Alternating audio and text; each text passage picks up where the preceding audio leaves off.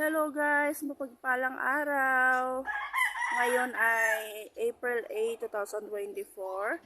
Solar eclipse mamayang 11 ng gabi. Pero sa Amerika lang ang solar eclipse makikita kasi umaga sa kanila. At dito sa Pilipinas ay gabi. Ito yung puno ng chiko na tanim ni Lolo at Lola. May mga puno dito. Ito yung bahay ni ate. At saka yan ang puno ng mangga. Puno ng santol. Puno ng balimbing. At saka yung puno ng bugnay. At puno ng duhat. Yan ang mga tanim dito. Ito yung bakuran ng bahay ni ate. Ito yung bahay ng mga borders sa likod. Ayan. Mga bata naglalaro. At saka gusto ko ipakita sa inyo yung bahay ni ate na main talaga. Ito siya sa likod. Makikita mo hindi pa masyadong napintahan. Ito yung bahay ng pulis na nagre-rent. Ang tanim ko na puno ng niyog na sinabihan noon na hindi siya lalaki pero lumaki din sa awa ng Diyos. Ito yung bahay ng caretaker ni ate na bayaw niya. Itong puso. Dito ako naliligo, puso at saka naglalaba. Ito yung mga manok. Ito yung pusa na dinala ko dito na nakita ko sa daan.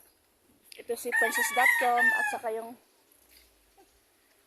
Pensanya. Ito yung pusa ko, si Hitler, Lolo Ormond, makyat. Nabigyan ko yan. Ito yung talim ko na pinya, guyabano. Ayan, ito yung mga daan. Punta sa labas, pakita ko sa inyo yung bahay. Mga tanim ang caretaker. Tanim siya, nagugulay. Ito yung area ni ate sa ilalim. Ano na sa? Marmar. Patay?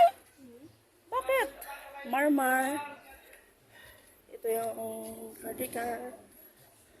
Ito yung bahay ni ate. Ayan. Nakita ko sa inyo, ayan, sa harap. Patay ang manok? Patay ang manok? Itong isa? Ito yung bahay ni ate.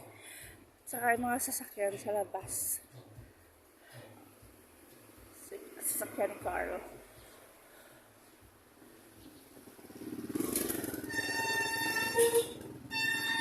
Mamahaw.